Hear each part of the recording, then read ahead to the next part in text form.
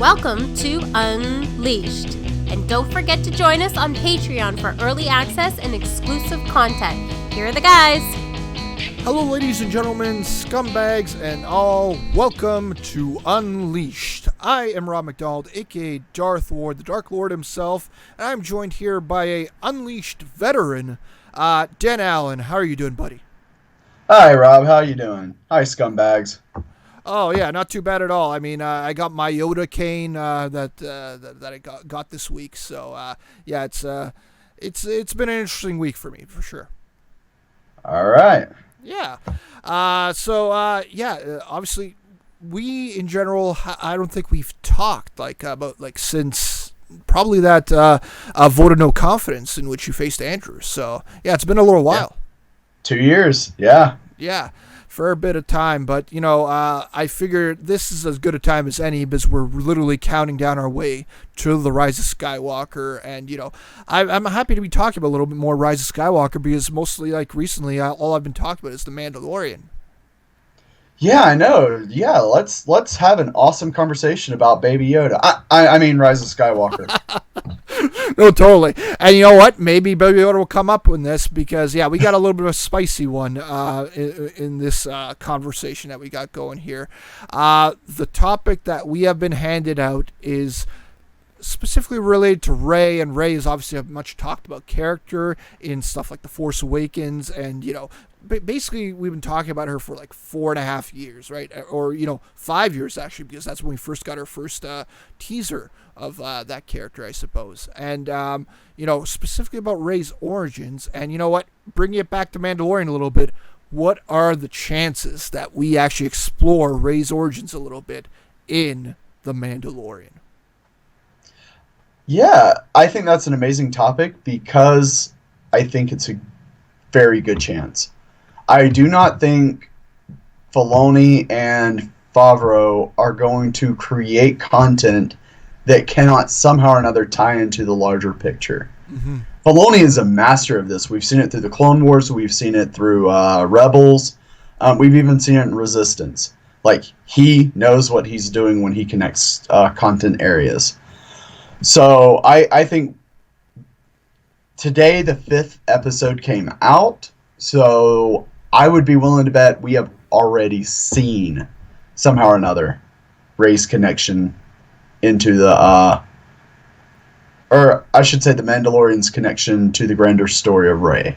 Right. No, yeah, either way you put it, it does fit in very much so because, I mean, with Rey herself, there's been so much speculation about, she's this person's daughter, she's that person's daughter.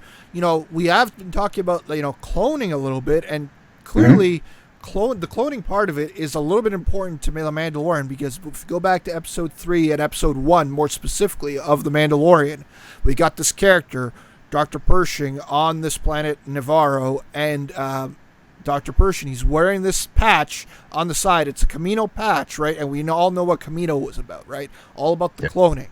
So is that the number one connection that you see in The Mandalorian connected to the Rey? No, I'm pretty sure Rey is Baby Yoda's daughter. And we can go home now. That's all we need to know. Yeah. No, actually, honestly, yeah, I think you're on point there. I think that if Rey is a clone and that's how we're getting her story, then I think that they've created a perfect stream that connects two rivers together, right? We're seeing this larger universe. We're seeing the web just intricately spun together and just kind of, here's the Mandalorian coming down, here's Rey's story coming down, and then it's just weaving together perfectly. This sounds like a detective's office where he's just attaching the string to the pins and whatnot. They're just all meeting together with all the different suspects and whatnot. I feel like that's what we're kind of doing here with Rey's origin in general. So just visualize it like you're watching one of those detective movies, and Or it's like the meme where it's it all connects. Yeah, that meme as well. Oh man. So yeah, we have this character Dr. Pershing, and we've been thinking about cloning wise, like who could she be a clone of, right? Like, is it Sheev Palpatine? Is it a Skywalker? Who do you think is like suspect number one in terms of if she is a clone, who is she a clone of? I think if I were to make a guess on that, I'm not sure how confident I am she is a clone, but if I were to speculate that, she's definitely cloned from the X chromosome of a Skywalker. Okay. Interesting. And it's because Star Wars is supposed to rhyme, right? So like the Skywalkers start with Shmi, a woman. It ends with a woman. So like you have that symmetry from episode 1 to episode 9. It's a very interesting book, and entirely like I don't know what these Star Wars fans that think Star Wars is too feminine focused will think about this theory, but it's a very sound theory because if you look at it in some ways, at least what we know of, Shmi is the oldest Skywalker that we seem to be aware of, at least within the new canon, and. If Rey is in fact a clone of Skywalker, she would be the youngest one that we would know of as well, right? Mm-hmm. Because, Ben is pretty much a Skywalker, but he is, I believe, older than Rey regardless. Yeah. So, which, actually thinking on that, just a side Akbar here. If Rey is a Skywalker, the whole Reylo thing, that gets pretty weird. Yeah, I'll say that's like Game of Thrones stuff right there. That's like Cersei Lannister and Jaime Lannister getting together but that's we're talking Star Wars here, so let's not get too deep into the Game of Thrones caves. But we'll just leave it with Leia did kiss Luke in Empire Strikes Back. It's true. Maybe it is a little bit seeded in there regardless within Star Wars' history. We're more focusing on the Skywalker part of it, but what do you think Sheev Palpatine's role could be in this all is? Because as we know, the Camino was a republic, seemingly device in which they used to get these clones, and Palpatine is essentially pulling strings on both sides over there. So what do you think Palpatine's role in this whole Camino stuff would be? What do you think he had to do with Dr. Pershing in any way? So, I brought this up a while back, and it's that I really believe Sidious wanted a Force army. I believe he wanted a Force-sensitive army. Because, let's face it, Sidious is the apex Force user in this galaxy. Throughout all 9 of these movies, really all 11 of these movies, because considering Rogue One and Solo, Sidious is the best. He's as evil as it comes, but he is still the best. The most powerful. Exactly. And he's the best Force user in the galaxy. And we knew that in Revenge of the Sith when he full-on beat Yoda in a fight as well. So, Yoda was probably the next one that people thought was going to be just as powerful. So, but anyway, I interrupted your point there, so keep going with that. No, but to your point, so the Emperor's only threat was really Yoda in his head. Yoda was the only one who could take him down. And wow, what's this we're seeing in The Mandalorian?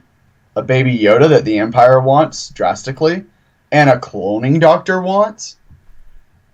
I think there's something there. I'm biting it. I'm honestly on this line of thought. I'm biting that too a little bit because, when you think about it from a timeline perspective, right? We know that Force Awakens takes place essentially 30 years after Return of the Jedi, right? Mm-hmm. And we have this show that's taking place 5 years after Return of the Jedi, which is 25 years away from Force Awakens. So if we're looking at Rey, did they actually ever give her an exact age? It was roughly about 19, though, right? Yeah, I think they said 19 in the first one, and it's supposed to be 21 in the Rise of Skywalker. Okay, so regardless, if we're looking at 19, then we're looking at Rey being born or created in the sense if she's a clone 6 years after the events of The Endor. Mandalorian, Oh, and wait. because if Mandalorian's 5 years, then 5 years Yeah, after, then it would be another 6 until Rey's theoretically born. If she's 19 in Force Awakens. yeah, If, that's yeah, right. Yeah, yeah. yeah, Math is hard sometimes. I mean, we're here to talk yeah. about Star Wars, not always do math, I suppose. So, but regardless, with this idea that it's like, oh, maybe Yoda was the first, try at this. Maybe Yoda was the first try at cloning in some way. Maybe Rey will be the next step in this process. So here's the thing, though. That baby species of a Yoda's kind, like, he's been there for 50 years. Yeah. Was he was the cloning thing already Sidious's and Plagueis's plan? Because if it goes back 50 years, we have to start throwing Darth Plagueis into the conversation. Well, yeah, that is a possibility as well. But also, what is one thing that we do know about the clones, right? The clones themselves, they were accelerated aging. Mm-hmm. So if accelerated aging played in some way to Yoda, then, maybe this 50 years was really more like, 50 months or something like that, right? Who knows if the clones from originally an Attack of Clones who had this accelerated aging and, they were dying, maybe Yoda's going to have that as well. And Baby Yoda's going to have that as well. So, we could see teen Yoda quickly in some type of way as he ages up to, being a full-grown Yoda, I suppose. If Maybe, yeah. We're theoretically just saying Yoda is the species because we don't know a species yet. Yeah, that's true. Yeah. But so, yeah, like if it does have the accelerated aging, maybe that would be it. So that brings the question: Is Rey? If Rey is a clone, then we know she experienced a childhood on Jakku. Yep. We know that she grew up there, but we really don't have that timeline, right? No, we don't. Could she be accelerated age too? I mean, I think that this 2-year gap for Rise of Skywalker probably throws that out of the question now.